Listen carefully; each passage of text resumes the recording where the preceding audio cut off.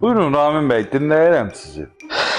Bilirsiniz necədir? Mənim uşaqlıq travmalarım çoxdur. Məsələn, nədir sizi incidən şey?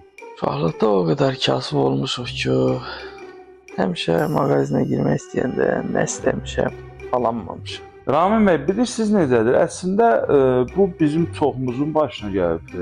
Demək olar ki, 70% insan bu vəziyyətlə qarşılaşır. Bəli, siz haqlısınız.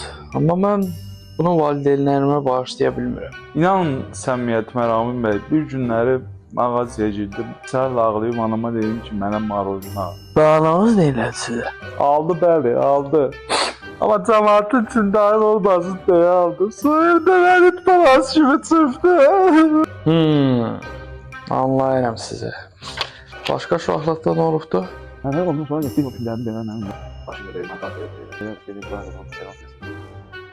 Hə, belə Ramin Bəy. Üzrlü sayın, sizi də yordum bugün.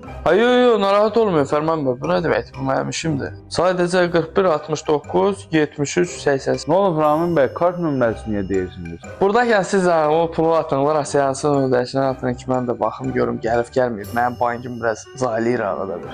Axı psixoloq mənəm burada. Hadi bir ayaqdan s***sın hə. Davay pulumu tez ol.